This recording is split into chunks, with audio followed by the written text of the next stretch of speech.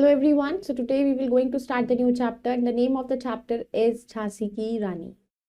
So let's begin the chapter. Chapter 13 Jhansi Ki Rani. About the chapter. This chapter is taken from the poem Jhansi Ki Rani composed by Subhadra Kumari Chauhan. In this lesson, the life of Rani Lakshmi Bai has been depicted how she overcome difficulties and sacrificed her life to protect Jhansi and made her name immortal in history.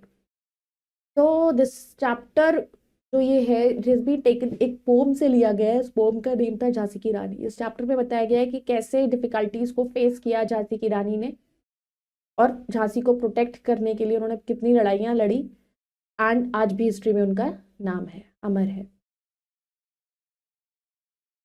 The play displays the patriotism of Rani Lakshmi Bai, who fought against Britishers, sacrificed her life and became immortal in the history. It is better to die with honor than to live in shame, was a saying of the queen. तो ये जो ये play है, ये देशभक्ति, देश प्रेम जो था रानी लक्ष्मीबाई का अपने देश के लिए, वो उसके लिए लड़ी भी और उन्होंने अपनी लाइफ को सैक्रिफाइस किया। आज उनका नाम अमर है हिस्ट्री में, उनका नाम आज तक है, लिया जाता है सिर्फ उनके सैक्रिफाइस के लिए और ब्रेवली फाइट करने के लिए ब्रिटिशर्स के अगेंस्ट। तो ये एक क्वीन की सेइंग थी कि इट्स बेटर कि ऑनर के साथ मरना, रिस्पेक्ट के साथ मरना बेटर है शेम के साथ जिंदगी को जीने। Now comes to scene 1 narrative. Let me take you far back in time. It is 9th of November 1828 in Varanasi. तो ये अब पुरानी बात है काफ़ी। 9th of November 1828 Varanasi. Pointing that is the house of Moropant Tambe, a courtier of the Maratha ruler Bajirao II. As you can see, he is very happy man today. तो उस time पर वो बहुत ही अच्छे इंसान थे और बड़े खुश थे और ये उस टाइम की बात है। तो एज इट इज शोन है तो ये घर है मोरोपंत तांबे जो एक मराठा रूलर थे बाजीराव सेकंड, उनके courtier. At Tambe's residence there is singing and dancing. Tambe himself in new getting glittering clothes is actively receiving the guest. His wife holding a baby in her arms is a center of attraction. तो आपको picture में दिख भी रहा है इसमें कि तांबे का जो रेजिडेंस था वहां पर सिंगिंग डांसिंग वगैरह बहुत होता था और वो अपने आप भी एक बहुत ही अच्छे क्लोथ्स उन्होंने पहन रखे थे। गेस्ट को वो रिसीव कर रहे हैं और उनकी वाइफ ने गोदी में एक बच्चे को उठा रखा था। That is the centre of attraction. Narrator going up to the child and blessing her exclaim, what a lovely baby, कितना प्यारा बच्चा है। Such a glow on her face, कितना ग्लो है इसके फेस पर। To audience, yes it's a baby girl and they have named her Manikarna, Manu for short. तो ये थी बेबी गर्ल, उन्होंने उसका नाम रखा था मणिकर्ण, मनु फॉर शॉर्ट के लिए मनु बुलाते थे। Just then a sage with white flowing hair arrives, Tambe touches his feet and the sage blesses him, then comes to bless the child. तभी एक सेज अराइव हुए वहां पर, तो तांबे ने उनके पैर छुए और वो उन्होंने उसको ब्लेस किया, फिर उन्होंने चाइल्ड को ब्लेस किया। Says, mark my words, this is not an ordinary child, she is just trying to make history, take good care of her. तो उन्होंने बोला कि ये कोई नॉर्मल बच्चा नहीं है, ये एक ऑर्डिनरी नहीं है, इसकी किस्मत में जो लिखा है कि ये कुछ ना कुछ हिस्ट्री क्रिएट करेगी। तो इसका बहुत अच्छे से ध्यान रखिएगा। Scene 2 narrator. Manu as a young girl had a friend and a companion, Nana, the son of Bajirao. अब मनु थोड़ी यंग गर्ल थी यहाँ पर और उनके एक पास उनका had a friend and a companion थे उसके नाना, जो बाजीराव का बेटा। A young girl and a boy of the same age dressed in riding gear, the boy is out of breath. दोनों एक ही बराबर के थे और अच्छे से तैयार होकर खड़े हुए थे और बात कर रहे थे। Manu laughing, Nana you are already breathless, I want you not to challenge me, but you did so. I had to ride faster than you. अब मनु ने बोला कि नाना तुम तो ब्रेथलेस हो इस टाइम, मैंने तुम्हें वार्न किया था कि मुझे चैलेंज मत करो, तुम हार जाओगे, और तुमने ऐसा किया और मैंने तुमसे ज़्यादा फास्ट राइड करी। नाना आई नो मुझे पता है, what a fool I was, मैं कितना पागल था। यू आर रियली ब्रेव, तुम बहुत बहादुर हो Manu. The way you lifted me on your horse when I fail and the way you for riding was remarkable, कि जिस तरीके से तुमने मुझे हॉर्स पर बिठाया एंड द वे तुम राइड कर रही थी was remarkable. I couldn't have done that, मैं ऐसा नहीं कर पाता. Manu, I am thankful to my father for all this, Nana. After the death of my mother, he took me to Bithura, where I had hard lessons in horse riding and warfare. One day I shall become a soldier. उसने कहा कि मैं इन सब चीज़ों के लिए अपने father के लिए बहुत थैंकफुल हूँ. नाना, आफ्टर डेथ ऑफ मेरी मदर की डेथ के बाद वो मुझे बिठूरा लेकर गए थे, जहाँ पर मेरे को बहुत ज़्यादा हार्ड ट्रेनिंग दी गई थी हॉर्स राइडिंग की, वॉरफेयर की, ताकि क्योंकि one day I will become a soldier. Nana, and I shall ride by your side, और मैं तुम्हारे साइड में राइड करूंगा. Remember Manu, if you ever need me, all you have to do is call only. अगर तुम्हें मेरी ज़रूरत पड़ती है कभी भी तो सिर्फ तुम मुझे बता देना. मनु, आई रिमेंबर नाना, मैं याद रखूंगी. Both depart for the respective homes, अपने अपने घर चले गए. Then comes the scene 3. Narrator, how quickly time flies, कितनी जल्दी टाइम बीतता है. Manu is just 14 years old but very matured comparatively. वो सिर्फ 14 साल की है लेकिन बहुत ज़्यादा मेच्योर हो चुकी है. And that is why Moropant Tambe receives a messenger at his residence. और जिसकी वजह से जो मोरोपंत तांबे है उसको मैसेंजर आया उनके पास. Messenger, sir I have come from Gangadhar Rao the ruler of Jhansi. मेरे को गंगाधर राव ने भेजा है, जो रूलर है झांसी के. He sends his respects and this letter, उन्होंने भेजा है आपके लिए. Tambe reads the letter and exclaims, a marriage proposal for my Manu. उनकी बेटी के लिए शादी का proposal. To messenger, I shall send my messenger soon, कि मैं अपने मैसेंजर को जल्दी भेजूंगा. Thank you, you may go, तुम जा सकते. Then come scene 4. Wedding festivals are on. Narrator, as you can see Manu's father agreed and was happy. उनके फादर ने एग्री किया और वो बहुत खुश हो गए, क्योंकि पहले बहुत कम उम्र में शादी हो जाया करती थी. ही शुड बी और Gangadhar Rao is a good man, क्योंकि उनको पता था गंगाधर राव बहुत एक अच्छे इंसान है. At the scene of the wedding the state priest of Jhansi tells Tambe. अब वेडिंग के टाइम पे जो स्टेट प्रीस्ट थे झांसी के, उन्होंने तांबे को बताया. Priest, it is our privilege and joy to have such a noble queen. ये हमारे लिए एक बहुत प्राउड की बात है, हमारे लिए एक प्रिविलेज की बात है कि इस तरीके के नोबल क्वीन हमारे घर आएगी. She will surely bring honour to the name of Jhansi.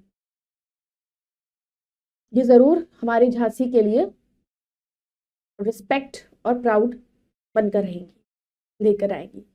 तो as Gangadhar Rao takes his bride away the people cheer. तो जैसे गंगाधर राव अपनी ब्राइड को लेकर जाते हैं तो लोग चीयर करने लगते हैं. People shouting, long live Rani Lakshmibai, long live the queen of Jhansi. Scene 5. Narrator, as the wheel of life moved on the Rani of Jhansi faced many turning points in her life. जैसे जैसे लाइफ चलती रही, बहुत सारी प्रॉब्लम्स, बहुत सारी चीज़ों को उन्होंने फेस किया अपनी लाइफ में. Her happiest moment was when a son was born to her in 1851. और happiest moment था कि जब 1851 में उनका बेटा हुआ. But as a matter of fact, in 3 months the baby died. लेकिन 3 महीने में ही वो मर गया. At the fort of Jhansi, Gangadhar Rao and Lakshmi Bai are in a serious discussion. अब this is the discussion which was going on between the Gangadhar Rao and Rani Lakshmi Bai, Jhansi के किले पर. Gangadhar, Rani I am much worried. उसने कहा मैं बहुत परेशान हूँ. The British are rapidly increasing their powers. Britishers जो है अपनी पावर्स को बढ़ाते जा रहे हैं. And there is a new law, एक नया लॉ बना दिया है. It says that if a king dies without leaving or heir, this kingdom will be taken over by them. कि अगर कोई किंग ऐसा मर जाता है और जिसका आगे कोई लीगल हायर नहीं होता तो वो उसको ले लेंगे.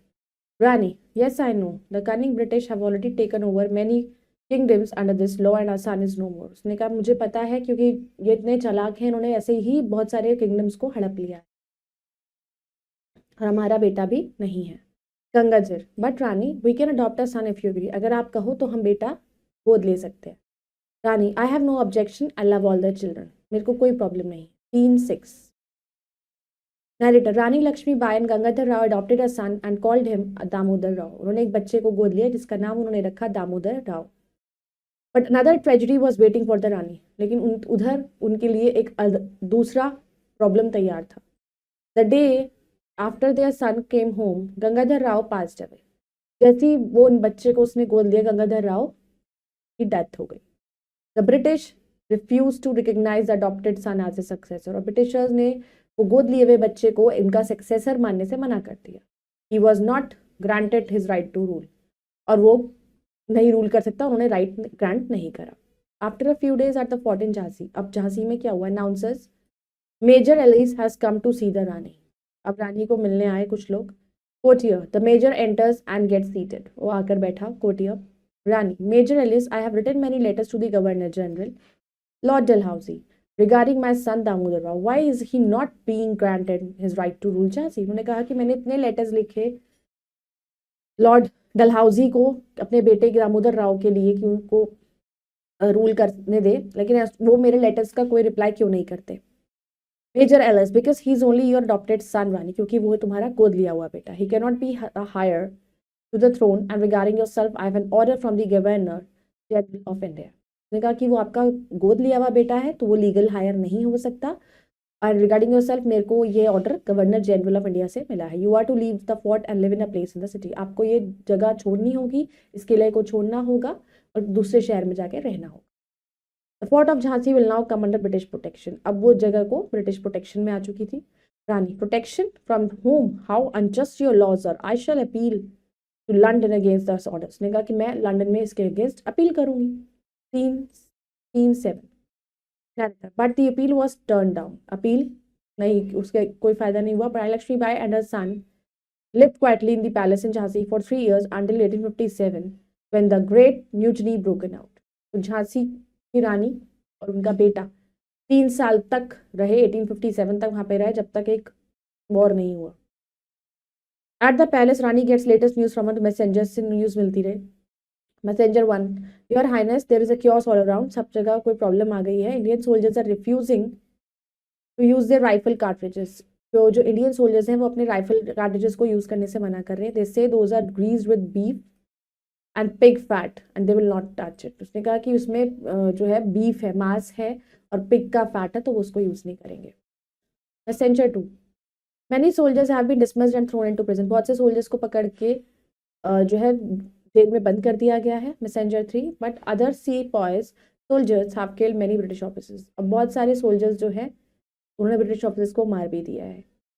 Long live the emperor of India, the sipahis have crowned Bahadur Shah Zafar the king of Delhi.